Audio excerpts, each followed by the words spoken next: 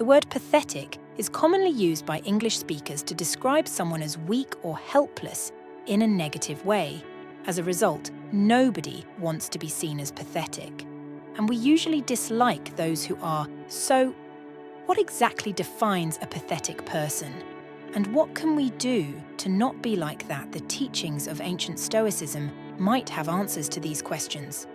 Stoics sought a mindset they called apaia, which led to the English word apathy.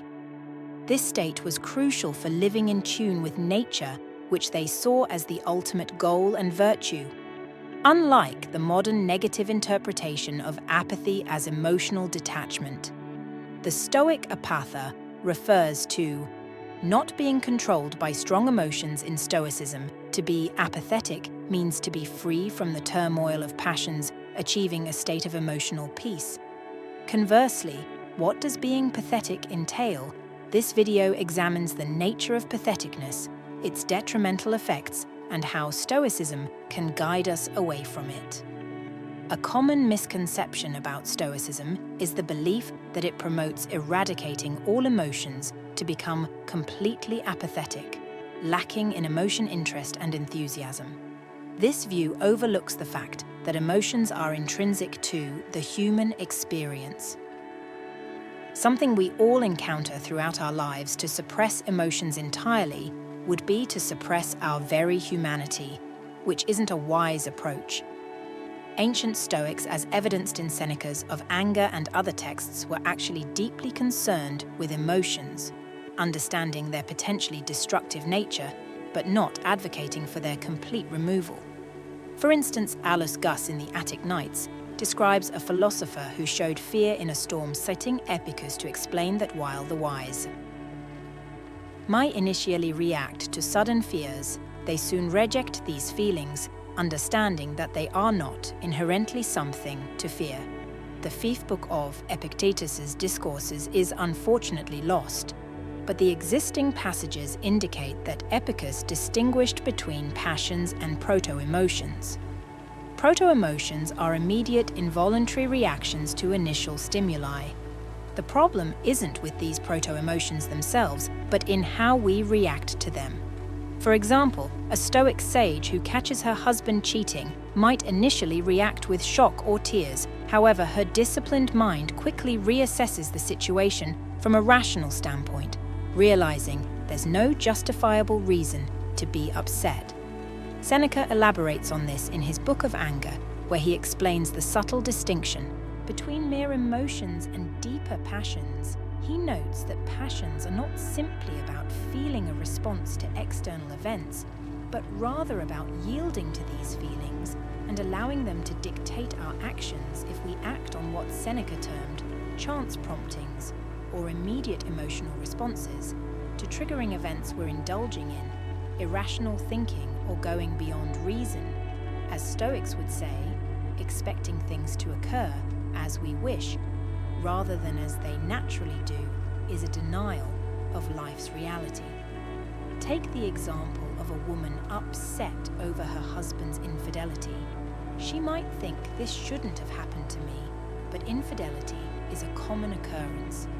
Accepting this reality helps us understand that such events, though unfortunate, are natural and not worth disrupting. Our peace of mind, typically people don't think this way. Our usual mindset is defined by strong desires and aversions leading to predictable emotional reactions. We often feel we're entitled to certain outcomes, and when reality doesn't match our expectations, we become emotional. This constant cycle of desire and aversion turns life into an emotional roller coaster, and such dependency on external factors can be seen as pathetic. Stoics believe that strong emotions come from thinking in a way that doesn't match with their idea that we shouldn't worry about the outside world.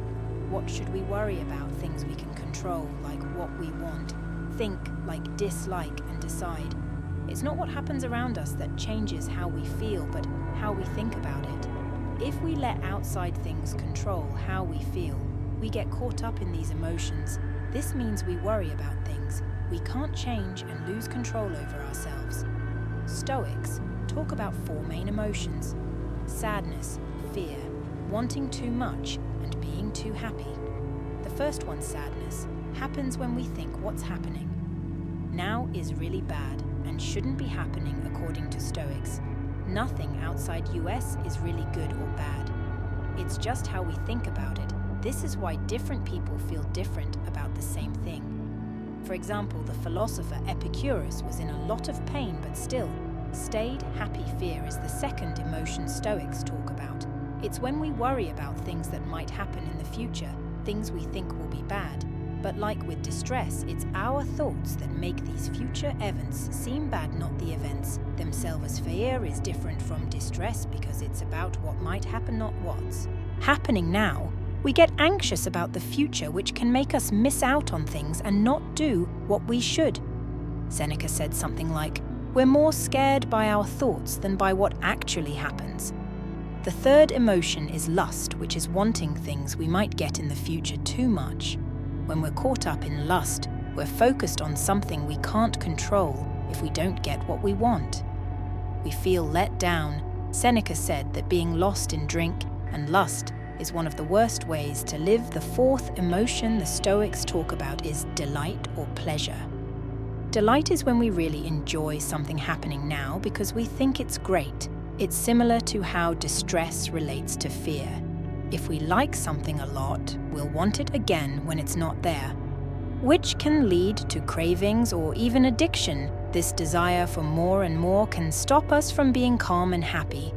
Stoics suggest replacing these intense emotions with healthier ones.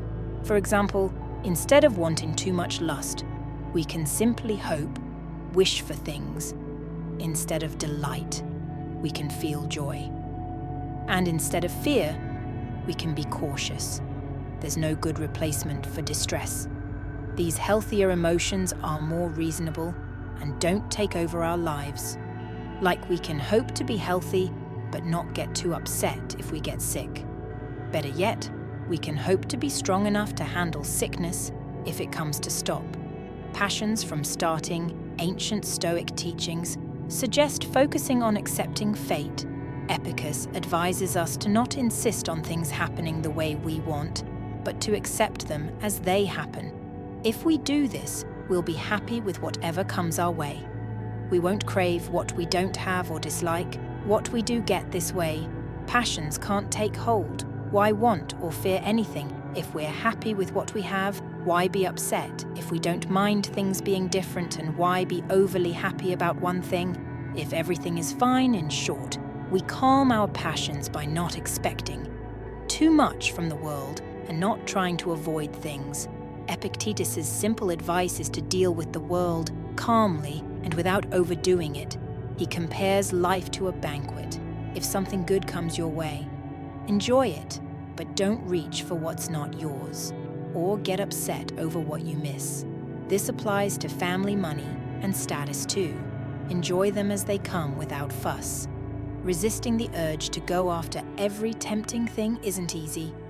ESP, especially when our world is full of things that can make us happy. The way to handle this is through practice, training ourselves to strengthen our attitudes for each desire and fear we want to overcome. There's a quality within us that we can develop. This helps us control our emotions better.